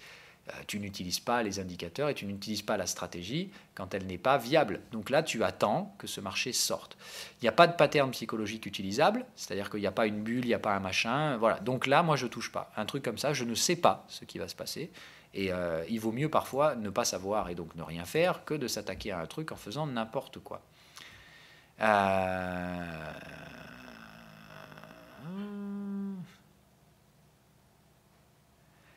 C'est pas pareil, la phase de maturité n'est pas la même. Les gens qui possèdent la valorisation aujourd'hui sont probablement des institutionnels qui n'ont absolument pas les mêmes méthodologies d'application du trading que les particuliers foufous. Donc je ne pense absolument pas que nous soyons dans ce cas-là. Voilà, ça me paraît totalement viable ta comparaison. Donc je le maintiens et je le dis toujours. Moi, la vision que j'en ai, ça ne veut pas dire que c'est la réalité, que ce sera la réalité. Ça veut dire, moi, la projection que je fais de ce que j'ai aujourd'hui, c'est que la crypto-devise sera un support à la création de valeur de la blockchain. Le problème, c'est que c'est la blockchain et les entreprises qui utiliseront ces blockchains pour améliorer les processus productifs qui créeront la valeur. C'est-à-dire que la valeur, elle se trouvera dans les entreprises qui utiliseront les blockchains et pas dans la crypto-devise. La crypto-devise va stocker une valeur parce qu'elle sera le fondement d'utilisation de ces blockchains, d'où la raison d'avoir des crypto-devises, mais qu'il ne faut pas non plus avoir que ça. Tout simplement parce que ce qui créera de la croissance en cas d'adoption effectivement de ces systèmes-là, c'est les boîtes qui viendront ensuite. Donc le cycle de croissance ne touchera pas les crypto-devises, je ne pense pas. Ça sera impacté sur les devises, c'est-à-dire que l'utilisation massive des blockchains fera que certaines crypto-devises auront des prix qui vont augmenter de par la demande qui viendra dessus. Mais c'est aussi simple que ça. C'est comme si aujourd'hui vous me disiez le Nasdaq, le dollar a pris 400% en même temps que le Nasdaq. Non, non, ce qui crée de la valeur, c'est le Nasdaq, c'est les entreprises. Le dollar ici, il n'a pas pris 400%. Voilà, mais absolument pas même d'ailleurs. Pire que ça, à l'inverse. Voilà. Donc, ne réfléchissez pas comme ça. C'est une très très mauvaise réflexion. Les devises sont des ranges. D'accord ? Ce qui crée de la valeur, c'est les entreprises. D'accord ? C'est ça, l'entreprise. C'est ça qui crée de la valeur. Donc, c'est dans les entreprises qu'il faudra jouer les phases de croissance. Par contre, dans la devise, il faut jouer les ranges. C'est-à-dire que si les institutionnels considèrent les crypto-devises comme des devises à part entière, ils vont les traiter comme n'importe quelle devise, c'est-à-dire qu'on est probablement aujourd'hui en train de traiter des bottoms, et on va se diriger vers des sommets, mais on n'ira jamais bien plus loin. D'où la raison de l'utilisation des ratios que j'en fais, qui est donc de vous dire, si on est dans un range et qu'on ne va pas pour franchir ça, on s'arrêtera probablement vers 61 à 76,4 de retracement, donc les 14 000, ce qu'on avait dit. Si on va s'installer vers un range ascendant, on ira probablement chercher 127, 138 d'extension de la vague là. Donc dans ce cas-là, 25 000, 26 000. Pas plus. Moi, c'est les deux zones que je vais traiter sur le Bitcoin et dans les zones où clairement je sortirai du pognon. Voilà. Alors oui, on fera un peu de trading intraday, donc du coup, demain, on essaiera de le faire. Voilà, on essaiera de voir ça. Jeudi, on essaiera demain de faire une émission intraday. Alors, Karmat, on va faire ça.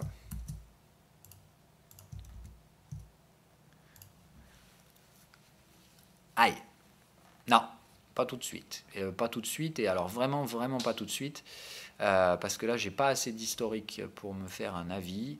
Et en hebdomadaire, je pense que c'est encore baissier. Donc moi, non, je ne traderai pas ça tout de suite. Pour moi, le timing ne me semble pas opportun pour le contexte. C'est-à-dire que j'ai pas un contexte clair. Voilà, j'ai vraiment pas un contexte clair. Je vois les hausses de volume, ce qui me laisse à penser quand même que ce marché va freiner.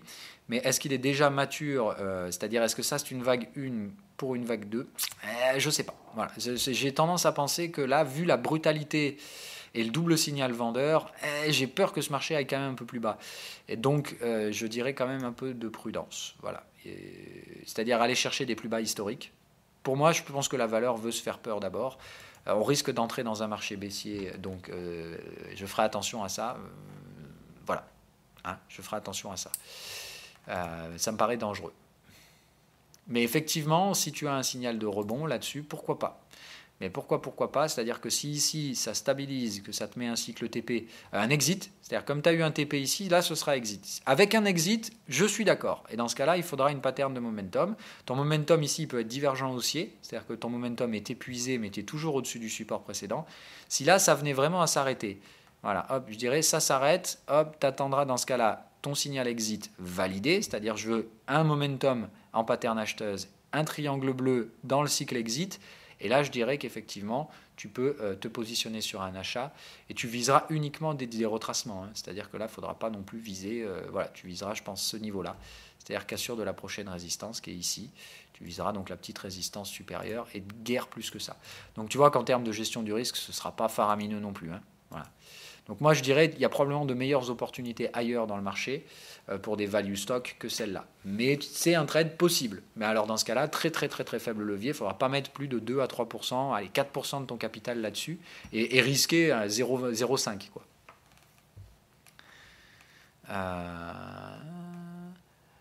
On fera un point sur ça. Je veux d'abord que General Electric valide. Parce que pour moi, General Electric, c'est le value stock, c'est le gros nom value stock qui devrait être payé en premier parce que tout simplement, c'est une entreprise qui a déjà un news flow positif, se restructure et sur des ratios structurels. Donc je pense que c'est là que l'attraction la plus intéressante se fera. D'autant plus parce que le gros volume, hein, le gros pognon de Wall Street, la smart money, elle cherche les grosses valeurs, les valeurs liquides, les valeurs où il y a des échanges. Voilà. Donc je pense que General Electric, c'est clairement c'est tout donné, c'est tout nommé comme étant ça. Maintenant, je veux voir la tendance se mettre en place. Pour l'instant, ce n'est pas le cas. Voilà. Donc je préfère attendre que ce marché-là confirme pour dire « Ok, il y a un trade de value stock ». Platine et Silver, je suis déjà sur le Silver. Platine, je ne ferai pas parce que ce serait un peu trop. Ubisoft, je suis toujours à la vente. Iliad, Free. Non, je regarde très peu, mais on peut le faire si tu veux.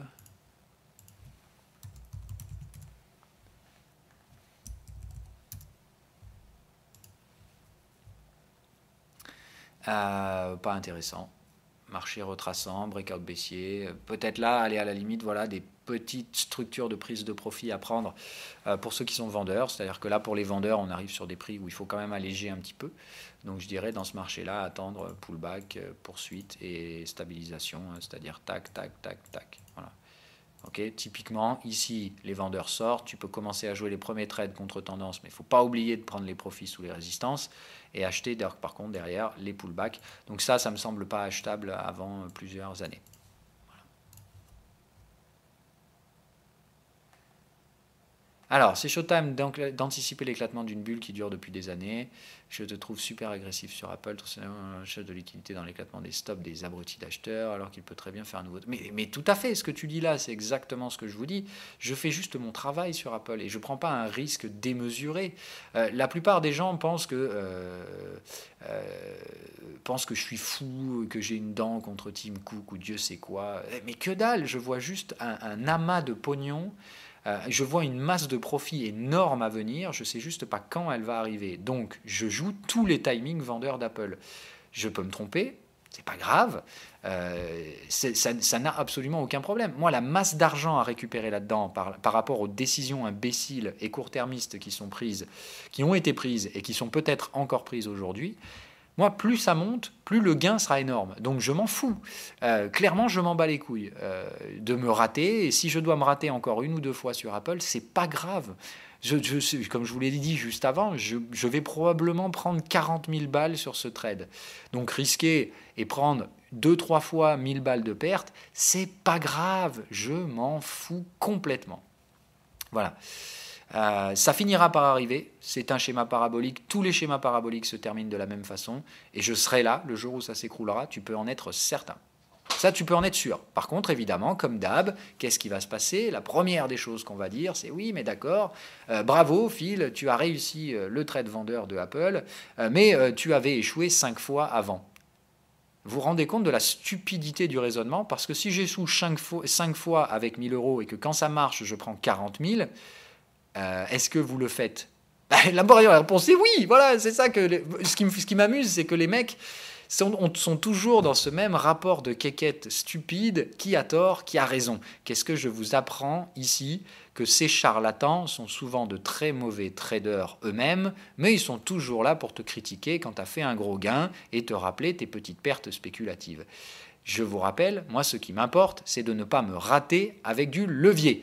C'est-à-dire comme sur l'euro-yen où j'ai frôlé une grosse perte, celle-là elle m'aurait fait chier, et encore une fois c'est une grosse perte de 7%, c'est pas une grosse perte de 30% comme se prennent tous les traders en excès de confiance quand ils crament pas leur compte. D'accord, ma stabilité financière, je n'ai pas peur pour ça. Moi, il faudrait vraiment que je me plante sur des gros scénarios leveragés et que je me plante sur 4 ou 5 scénarios d'un coup pour que je prenne un gros drawdown de l'ordre de 30-35%. Et encore une fois, 35%, ça ne me tuera pas, nom de Dieu. Donc, je ne pense pas que je sois capable de mourir, moi, demain dans les marchés, et je ne suis clairement pas capable d'en dire autant pour tous ceux qui, parfois, me critiquent avec une certaine vivacité. Donc, faites attention. Encore une fois, je ne fais pas ça pour me défendre, je m'en fous. Moi, ce que pensent les autres, c'est vraiment le cadet de mes soucis. Par contre, j'aimerais que vous compreniez ça, parce que c'est vraiment là que se trouve la leçon de trading. Si vous pensez tort ou raison, et que vous voulez une activité spéculative, vous êtes totalement dans le faux. D'accord? Tort ou raison, c'est l'apanage des suiveurs de tendance. Faites du suivi de tendance, et là, effectivement, vous aurez plutôt intérêt à avoir raison et pas à avoir tort, parce que quand vous allez avoir tort, ça va vous coûter cher. Moi, c'est l'inverse. Je m'en fous d'avoir tort parce que ça me coûte que dalle. Je veux juste avoir raison. Ok? C'est aussi simple que ça. Donc on le fera, le trading intraday, j'aime beaucoup l'idée aussi, donc on se mettra à le faire. Mais vous verrez, c'est l'application de la même stratégie, mais en intraday. Voilà. Par contre, le problème, c'est qu'en intraday, il faut prendre en compte d'autres choses, comme les catalyseurs de court terme. Donc c'est-à-dire que là, je ne regarderai pas que les gros événements macroéconomiques, il faudra regarder les petites publications de statistiques et ne pas trader à l'amont de ces dernières. Oui, Tesla a pris 12%, oui, c'est pas grave. Alors, on va la regarder, tiens, parce que du coup, je n'ai même pas regardé ce qui s'est passé sur Tesla. Ok, voilà, ça rebondit sur le support. C'est la même chose, c'est de dire les actions sur support, on ne veut pas qu'elles les cassent, c'est pas possible. Voilà, c'est entretenir le doute. Mais est-ce que ça, c'est une action de prix haussière pour autant? Non, il y a un gros double top, on vient chercher le bottom, on ne le franchit pas pour l'instant, mais attention, est-ce qu'on franchit des résistances? Non. Donc c'est comme Apple, faites gaffe, le rebond d'hier ne veut pas dire que ce marché est acheteur, ça veut juste dire, mon coco, attention, on n'est pas trop vendeur. Voilà, c'est juste ça. On a pété l'agressivité vendeuse hier, je ne serais pas surpris que d'ici quelques jours, on s'y réattaque et que cette fois, ça passe comme dans du beurre. Voilà.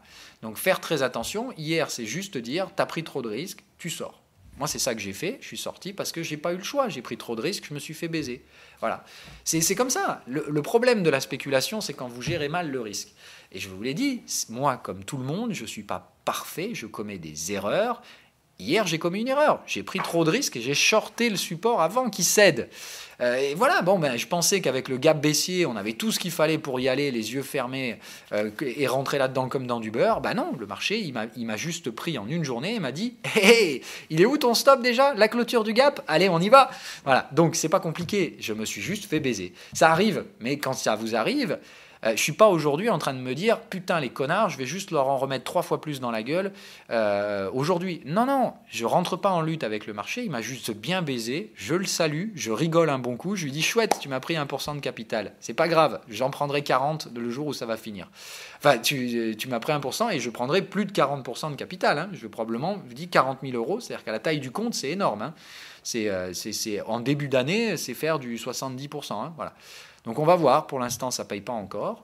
J'aimerais bien que ça se valide avant la fin de 2019, comme ça je pourrais finir sur une très bonne année, parce que pour l'instant elle est plutôt moyenne. Mais c'est pas grave, je veux dire, si je dois faire une année 2018 moyenne pour faire une année 2019 complètement énorme, c'est pas grave. Si je dois, c'est comme maintenant j'augmente mes time frames, c'est normal que la régularité se fasse sur des plus longs termes. C'est-à-dire que l'aspect statistique, quand vous faites du swing, il ne peut plus se faire semaine par semaine. C'est-à-dire qu'aujourd'hui, faire des semaines baissières, c'est possible. Ce qui n'était pas le cas avant quand je faisais de l'intraday. Des mois baissiers, ça m'arrive maintenant aujourd'hui, alors que ça m'était jamais arrivé. Ça m'est arrivé cet été, par exemple. Mais ce n'était pas des mois à moins 20%. C'est ça qu'il faut comprendre. C'est des mois qui sont négatifs très peu. Voilà, parce que cet été, il y a eu beaucoup d'échecs spéculatifs et peu de réussites de scénario derrière. Mais tout se déclenchera en même temps. Voilà, c'est pas compliqué. C'est-à-dire qu'en fait, si ça se déclenche pas en 2018, ce sera 2019, et c'est en 2019 que je prendrai les gains que j'ai anticipés depuis 2018, tout simplement. C'est aussi simple que ça. Donc, quoi qu'il arrive, je prendrai mes gains, je le sais. C'est juste qu'il faut être patient et méthodique. C'est comme ça qu'on spécule. On ne change pas de sens, jamais. Hein, ça fonctionne comme ça. J'ai pris un biais, je resterai dans ce biais-là. Par contre, il ne faut pas être stupide. Quand le timing est celui de vos adversaires, ce n'est pas le moment où vous prenez des positions. Donc là, on va voir si les acheteurs reprennent la main. Pour moi, ils ont juste dit « attention, ce n'est pas tout de suite que ça vend », mais ça n'a pas montré signal d'achat non plus. Allez, autre question. Ton analyse dans la rubrique idées sur TradingView, c'est choper le bon signal pour le bottom. Alors, je ne sais pas de quoi tu parles. Ah, pour l'Ethereum. Oui, ok, d'accord. Ne faut-il pas renforcer le gold? Surtout pas. Au contraire, moi, je l'allège tant qu'on ne revient pas chercher la résistance. Gray areas above and below price. Ah, c'est un indicateur qui arrive.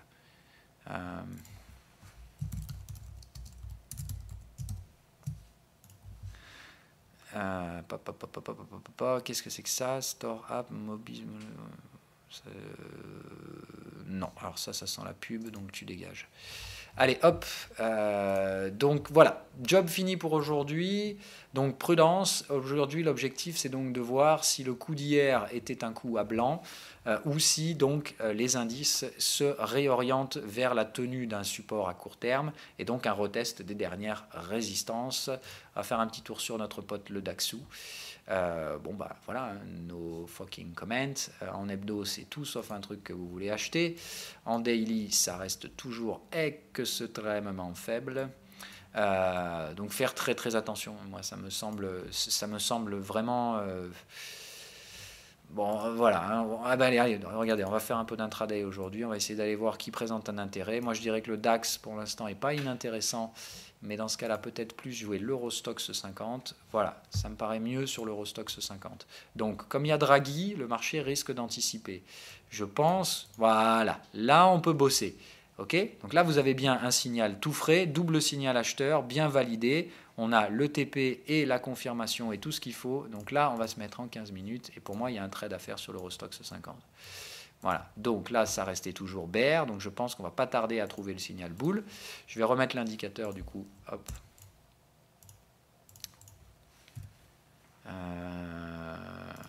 Et c'est... Putain, comment il s'appelle celui-là du coup? Je vais mettre en pause une seconde. Hop, voilà. Donc ici, effectivement, le contexte va donc être de trader une pattern de TP qui se met en place en 2 heures, c'est-à-dire des vendeurs qui se font un petit peu la malle. Est-ce que cette pattern est complètement mature? Pas forcément, on risque d'aller quand même un petit peu plus bas, déjà d'une parce que c'est qu'un TP et que la structure ça semble 1, 2, 3, 4, 5, donc attention, ça risque d'aller plus bas. Donc on va essayer de surveiller en 15 minutes des structures d'achat. Ici, il n'y a toujours pas le moindre signal, donc pour moi ce trade n'est pas possible à prendre en l'état. Il faut donc soit attendre que le marché aille plus bas pour aller s'enfoncer un petit peu plus violemment, ou ici donner des signaux d'achat, ce qui n'est donc pour l'instant toujours pas le cas.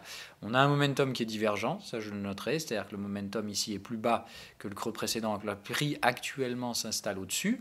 Donc je dirais qu'on a un momentum qui n'est pas défavorable à des achats. Par contre, il va falloir que les cycles deviennent acheteurs, ce qui n'est pour l'instant pas le cas. Donc je dirais attention quand même à prudence là-dessus. Ça me semble toujours sur une structure baissière de type 1, 2, 3, 4, 5 à faire et on est bien toujours sur l'overlap. Donc je vois bien des vendeurs toujours en contrôle dans ce marché. Tant qu'on ne vient pas les effacer, je pense qu'il faudra faire très attention à tout ça. Donc zone euro pour l'instant, pas de trade ce matin. J'allais dire le DAX, même chose, hein, c'est un peu le même délire. Si ça doit repartir plus bas, je ne vois pas ce qui nous empêche d'aller faire un peu plus bas.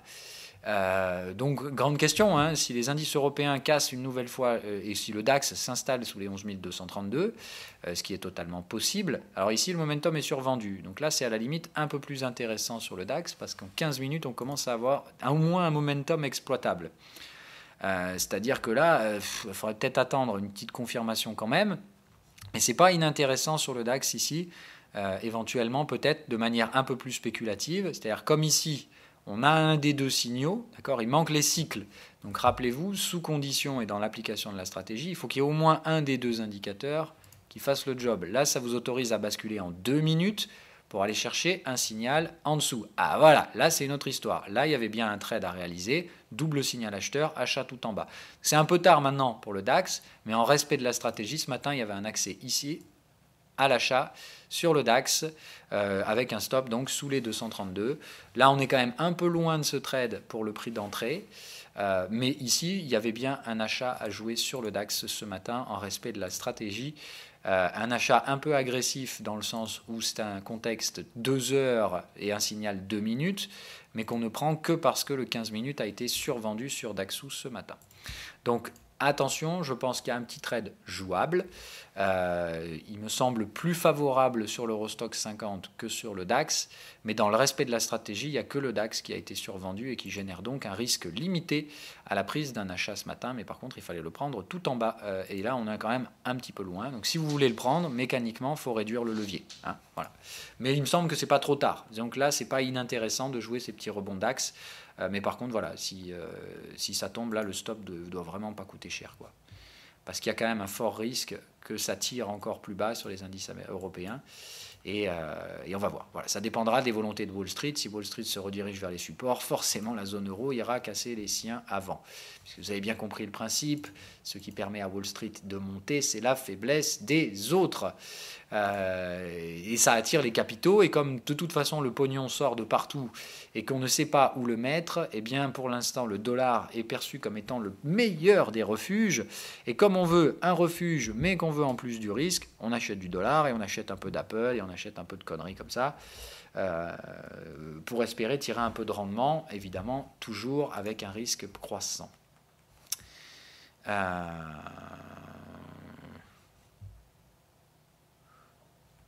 Voilà, allez, donc je dirais un DAX intéressant, mais effectivement avec Deutsche Bank qui s'est pris 3% ce matin, ça va pénaliser un petit peu, ça explique probablement cette survente, hein, voilà.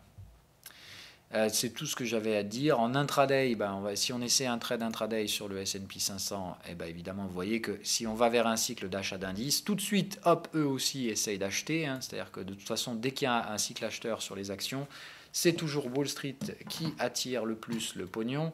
Les gestions sont donc toujours vers la concentration du capital, ce qui est toujours dangereux à faire, puisque je vous le rappelle, si vous faites de la gestion passive en fin de cycle, vous serez probablement parmi les plus grands perdants au moment où le marché se retourne. Et comme on est dans l'incertitude et la forte probabilité que ça se produise dans pas longtemps, évidemment, le risque augmente d'autant plus. Et ne vous amusez pas à prendre ce risque. Vous n'êtes pour la plupart pas des professionnels, donc faites faites attention, vous aurez de mauvaises réactions. Si le marché se met à déclencher et que vous êtes acheteur, et vous risquez donc de vous prendre un gros gadin, puisqu'on traite des zones de prix qu'on ne reverra jamais si on est bien en train de faire un sommet de marché. Dans ce cas-là, voilà, dites-vous que derrière, on ne reverra pas ces trucs avant probablement 5 ans. Hein, donc, quand même, il faudra s'accrocher. Il faudra avoir le cœur accroché si vous voulez faire des buy and hold de 5 ans. Hein, voilà. Allez, c'est tout ce que j'avais à vous dire. Bye bye.